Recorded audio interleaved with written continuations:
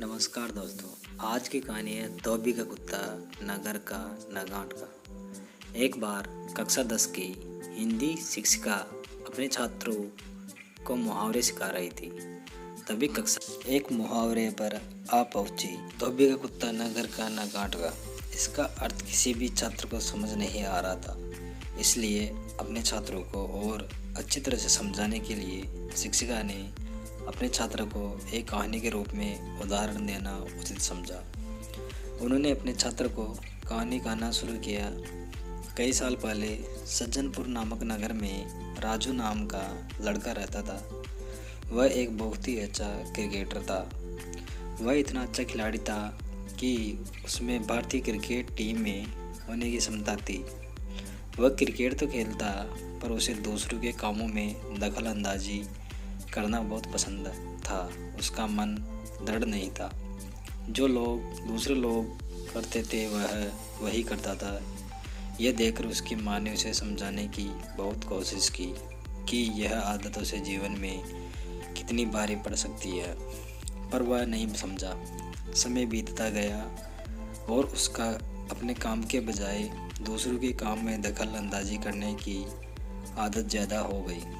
जब भी उससे क्रिकेट का अभ्यास होता था, तभी उसके दूसरे दोस्तों को अलग खेलों का अभ्यास कर रहता था। उसका मन चंचल होने के कारण वह क्रिकेट के अभ्यास के लिए नहीं जाता था, बल्कि दूसरे दोस्तों के साथ अन्य अलग अलग खेल खेलने जाता था। उसकी यह आदत उसका आगे बहुत ही भारी पड़ी। कुछ ही दिनों के बाद नगर में ऐलान किया गया, नगर में सभी खेलों के लिए एक चयन होगा, जिसमें जो भी चुना जाएगा उसे भारत के राष्ट्रीय दल में खेलने को मिल सकता है। सभी यह सुनकर बहुत खुश हुए और वही दिन से सभी अपने खेल में चुनने के लिए जी जान से मेहनत करने लगे। सभी के पास सिर्फ 2 दिन थे। राजू ने भी अपना अभ्यास शुरू किया, पर पिछले कुछ दिनों से अपने खेल के अभ्यास में जाने की बजाय दूसरों के खेल के अभ्यास में जाने के कारण उसने अपने शानदार फॉर्म खो दिया था। 2 दिन के बाद चयन का समय आया।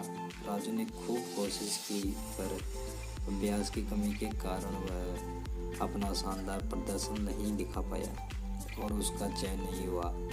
वह दूसरे खेलों में भी चयन न हुआ, क्योंकि वे सब खेल उसे सिर्फ थोड़ा आते थे और किसी भी खेल में वह माहिर नहीं था, जिसके कारण वह कोई भी खेल में चयन नहीं हुआ। और उसके जो सभी दूसरे दोस्त थे, उनका कोई ना कोई खेल में चयन हो गया, क्योंकि वे दिन रात मेहनत करते थे।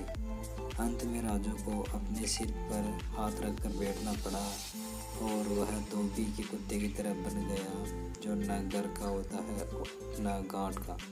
इसी तरह इस कहानी के माध्यम से सभी बच्चों को इस मुहावरे का मतलब पता चल गया। शिक्षिका को अपने छात्रों को एक ही संदेश पहुंचाना था कि वे जीवन में जो कुछ भी करें, सिर्फ उसी में ध्यान दें और दूसरों से विचलित न होकर, वरना वह धोबी के कुत्ते की तरह बन जाएंगे, जो न घर का न गांठ का होता है। धन्यवाद दोस्तों। आपको कहानी कैसी लगी कमेंट करके बताएं। लाइक, शेयर और सब्सक्राइब करें।